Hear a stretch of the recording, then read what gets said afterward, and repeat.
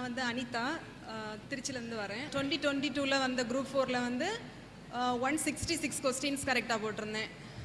So பார்டரில் எனக்கு 11th டே தான் கவுன்சிலிங் வந்திருந்தது லாஸ்ட் டைம். எனக்கு எப்படியும் கிடைக்காதுன்னு தெரியும்.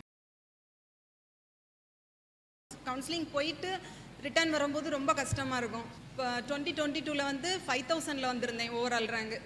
ஸோ அப்போ தான் ஹஸ்பண்ட் சொன்னாங்க, உன்னால் இவ்வளோ முடிஞ்சிருக்கு, நீ நெக்ஸ்ட் டைம் ப்ரிப்பேர் பண்ணு அப்படின்னு சொல்லியிருந்தாங்க. இல்லை, நெக்ஸ்ட் டைம் நான் ப்ரிப்பேர் பண்ணுறேன். ப்ரிப்பேர் பண்ணி திருச்சிலேயே ஜாப் வாங்குறேன். அதுவும் ஃபஸ்ட்டே கவுன்சிலிங் போய் பக்கத்துலேயே எங்கள் வீட்டு பக்கத்துலேயே ஒரு தாலுகா ஆஃபீஸ் இருக்குது. அந்த ரெவன்யூ டிபார்ட்மெண்ட்டு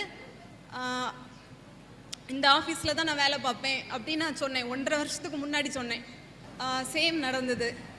ஃபஸ்ட்டே கவுன்சிலிங் போனேன். நான் வந்து ஓவரால் ரேங்க் வந்து 298 எடுத்தேன். கம்யூனல் ரேங்க் வந்து 149. நான் நினச்ச மாதிரியே திருச்சியில் இருக்கேன். வீட்டு பக்கத்துலேயே எனக்கு இப்போ கிடச்சிருக்கு ஜாபு. மார்ச்சில் ஜாயின் பண்ணிட்டேன். இந்த சக்ஸஸ்க்கு வந்து காரணம் வந்து ஸ்டாஃபில் போட்ட வந்து டெஸ்ட் பேட்ச் தான்.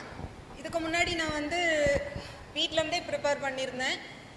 ஸோ வந்து டைரெக்டாக ஆஃப்லைன்லேன்னு வந்து டெஸ்ட் எழுதுனது டேஃபில் தான். நான் 2023 டிசம்பரில் வந்து ஆகாஷ் சார் வந்து அனௌன்ஸ் பண்ணாங்க, நம்மால் முடியும் டெஸ்ட் பேட்ச். அதான் ஃபஸ்ட்டு வந்து நான் அட்டன் பண்ணது. வீக்லி நான் அட்டன் பண்ணிகிட்டே இருந்தேன். 2023 டிசம்பர் 3 அப்போ தான் ஸ்டார்ட் பண்ணேன். அதுக்கப்புறமா அந்த நம்மால் முடியும் டெஸ்ட்டு 10 டெஸ்ட்டு முடிஞ்சது.